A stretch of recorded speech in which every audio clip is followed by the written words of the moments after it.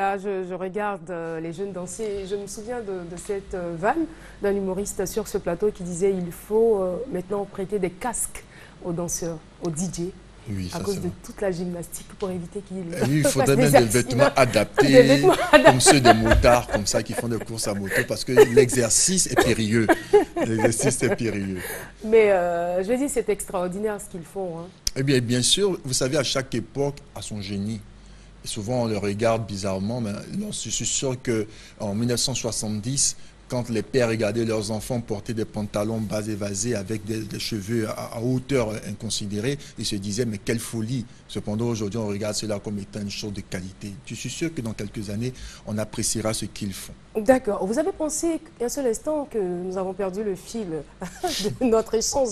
Pas du tout. Eh bien, je rappelle que nous parlons de citoyenneté, des fondements de la citoyenneté avec M. Landry Cuyot, consultant juridique.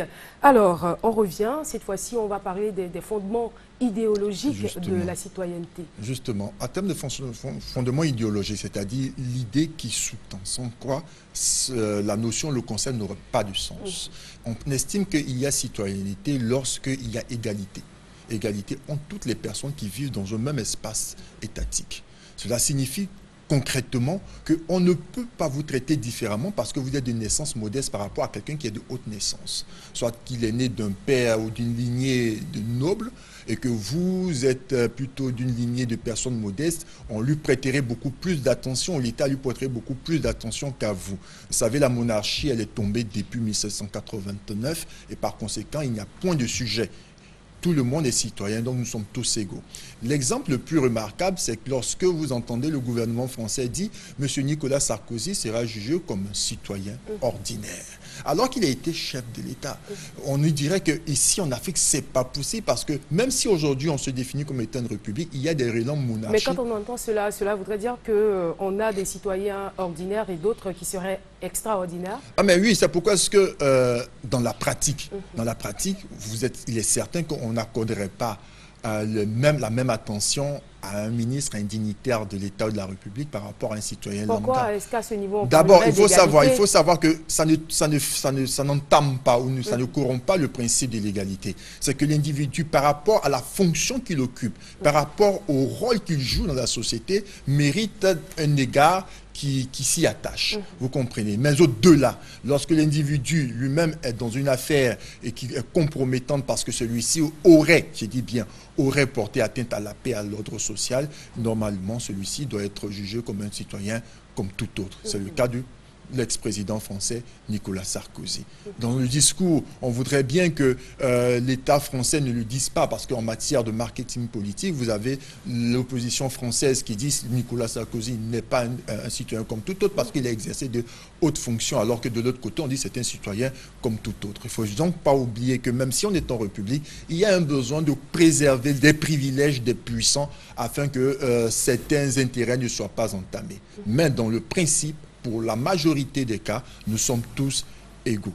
Hommes, femmes, homosexuels ou hétérosexuels, c'est pareil. Il y a le recours à la légalité, le recours à la loi.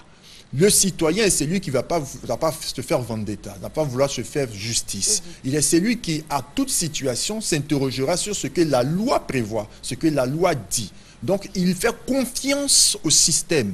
Le citoyen est celui qui fait confiance au système. Et même s'il se trouve que le système est défaillant à un certain niveau, il ne va pas pour autant crier comme Bakounine à l'anarchie. Vous comprenez? Il va plutôt proposer... Ce n'est pas son droit de le faire? Non, c'est vraiment pas son droit de le faire parce que si l'État n'existait plus, si la République n'existe plus, lui n'est plus citoyen. Donc, du coup, il n'a même plus le droit de le faire. En le faisant, certainement qu'il a procédé par plusieurs manières, il ne s'est pas fait entendre. Mais c'est pourquoi est-ce qu'on... en criant de la sorte, on revient à cette vertu de la... attirera l'attention. Oui, mais c'est pourquoi est-ce qu'on vient à la troisième vertu, j'appelle ça une vertu, la contribution solidaire. Il ne suffit pas que de dire non, non, non, je ne suis pas d'accord. Vous dites que vous n'êtes pas d'accord, mais vous proposez quoi? Les citoyens, c'est lui qui propose. C'est pourquoi est-ce que lors de nos émissions, nous avons parlé du contrôle citoyen ou de la gouvernance citoyenne. J'estime que telle situation n'est pas bonne et n'est pas correcte. Parce que j'apporte les preuves qui étayent ma position. Alors j'apporte des solutions, je contribue à cela. Et vous, M. Landry Cuyot, quelles sont les solutions que vous apportez aujourd'hui pour qu'enfin les États africains puissent régner dans une atmosphère de citoyenneté? Alors la première des choses, ce serait d'abord d'instruire les gens à cela. Il faudrait que dans notre système éducatif, il est fait, mais il n'est pas pratiqué. Si ce n'est que de la théorie, ok, l'enfant apprend son cours, il reporte ça sur sa feuille de devoir et puis par la suite, il oublie. Vous comprenez? Mais lorsque cela est pratiqué, par exemple, l'amour et l'attachement à son drapeau, la devise nationale. J'ai regardé une émission sur la RTI à propos du mondial et on demandait des questions toutes basiques à des citoyens ivoiriens, des nationaux. Quel est l'emblème de la Côte d'Ivoire? C'est quoi la devise? Incapable de répondre. Donc ils répondaient de manière franchement choquante. Mais vous comprenez que ces personnes sont allées à l'école. Elles ont peut-être un master 1, master 2, souvent, et puis elles ne connaissent pas ça. Mais si elles ne connaissent pas ça, elles ne connaissent même pas les signes apparents de ce à quoi ils sont attachés, n'attendez pas d'elles qu'elles maîtrisent la substance, qu'elles maîtrisent l'essence. Vous comprenez? Et ça nous manque énormément. À notre drapeau, nous ne sommes pas attachés. La preuve, vous allez dans certaines administrations, le drapeau n'existe même pas. On n'y pense pas, comme on penserait à la propreté ou à la qualité de sa chemise. On est plus préoccupé à l'éclat et à la fraîcheur de son corps et de son visage, plutôt qu'à savoir si le drapeau il est en bon état ou pas. Il est défraîchi, il est déchiré, ça importe peu. On ne lève même pas la tête et quand on lève la tête, on n'est même pas choqué.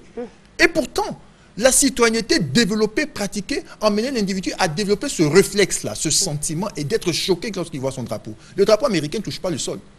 Lorsqu'il envoie de toucher le sol, on accourt. Mais en quoi est-ce qu'un simple drapeau peut emmener un changement de mentalité, un changement de comportement? Quand vous demandez aux footballeurs ivoiriens d'honorer le drapeau ivoirien, lorsque vous avez le sentiment qu'ils n'ont pas fait pareillement, est-ce que vous vous énervez pas? Est-ce que vous n'avez pas des mots assez grossiers vis-à-vis? Ah ben là, surtout, on l'a vu, hein, quand il refuse de chanter la bidjanaise. Voilà. Enfin, je ne sais pas si c'est le trac, mais franchement. Vous comprenez? Donc, si nous manifestons un tel comportement vis-à-vis de, sachez que lorsque vous indexez quelqu'un, il y a 4 autres droits qui se retournent contre vous. On vous demande pareillement. Parce qu'on défend le drapeau à tous les niveaux, dans son quotidien. C'est l'image de notre pays. C'est notre idéal social. C'est ce qui nous représente au monde. Si ce que nous représente au monde a très peu d'importance pour nous, c'est comme si vous méprisez le nom patronymique que vous avez, celui de votre père. S'il n'était pas là, vous ne serez pas là, Caroline. Peut-être vous serez autrement, mais pas Caroline Da Silva avec ses traits physiques.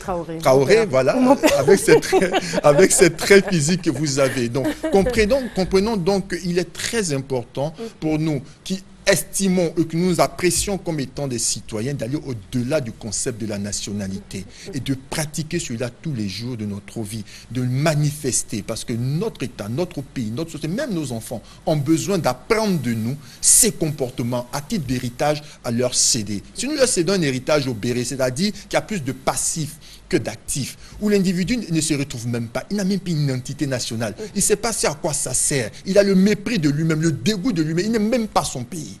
Il ne l'aime pas. Il préfère chez le voisin plutôt que chez lui. Vous comprenez? N'espérez pas que ces populations, ces générations permettront à la Côte d'Ivoire de connaître un rayonnement comme il le faut. Le pays va aller en déclin.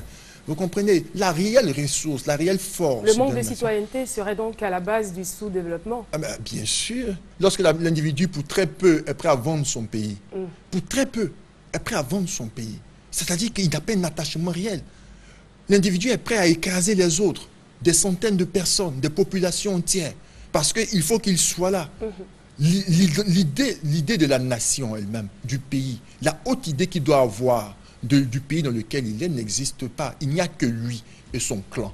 Comprenons donc qu'on ne peut pas aller plus loin que ça. C'est grâce à cette idée-là, c'est grâce à ce concept, c'est grâce à cette force que ces États aujourd'hui qu'on dit développés et civilisés, ils sont arrivés. À un certain moment donné, l'intérêt privé particulier a été mis à l'écart et c'est l'intérêt national qui a été porté très haut parce que l'on s'est senti citoyen appartenir. Et nous nous rendons compte aujourd'hui qu'il y a des personnes qui n'ont même pas leur nationalité mais qui sont prêtes à donner leur vie pour. Pourquoi? Parce qu'en retour, elles sentent que dans ces pays-là, il y a ce quelque chose que l'on ne peut saisir, mais qui permet à chacun d'entre nous d'être stimulé et de savoir qu'en retour, la société vous accorde autant de considération. Je fais le sacrifice, je fais le don de moi-même parce que la société en retour m'assure de la reconnaissance, de la considération, de la protection dont j'ai besoin. À votre avis, il serait plus intéressant qu'on puisse promouvoir au maximum ces valeurs que vous défendez aujourd'hui?